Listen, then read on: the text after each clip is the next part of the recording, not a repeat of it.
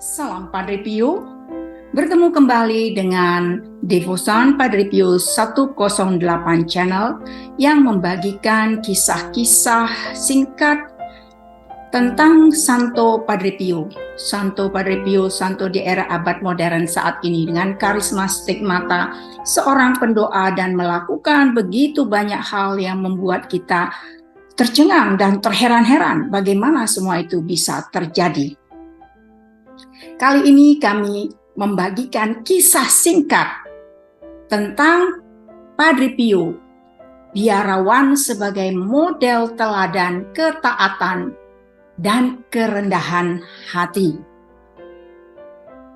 Mari kita saksikan, kita dengarkan, kita belajar dari Santo Padre Pio. Padre Pio adalah biarawan yang rendah hati.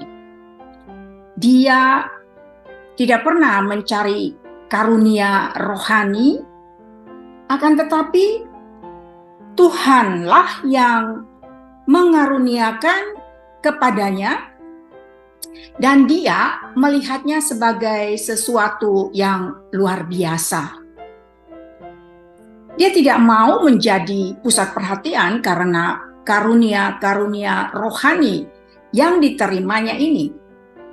Ribuan orang mencari dia untuk meminta nasihat dan pengakuan dosa.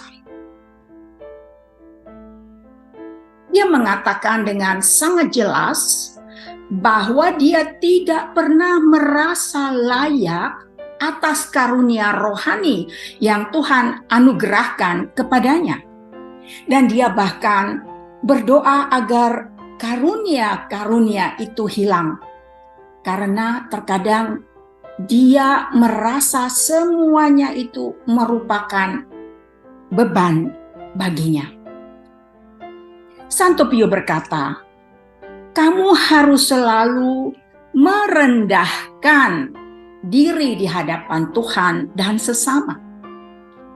Tuhan berbicara kepada mereka yang benar-benar rendah hati dan Dia menganugerahkan karunia-Nya kepada mereka. Padre Pio juga mengetahui dan mengimani apa yang dikatakan oleh Santo Paulus.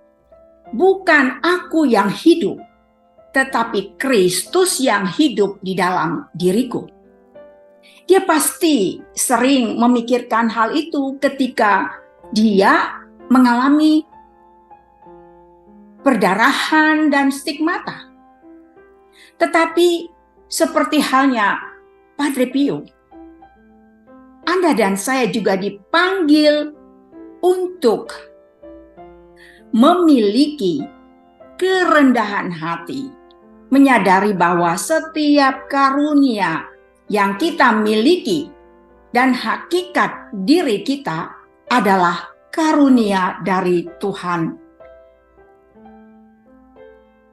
Oleh karena itu, kita tidak perlu membandingkan diri kita dengan orang lain atau iri dengan karunia orang lain. Kerendahan hati adalah mengetahui dan menerima anugerah yang Tuhan berikan kepada kita. Kita tidak harus lebih baik dari yang lain.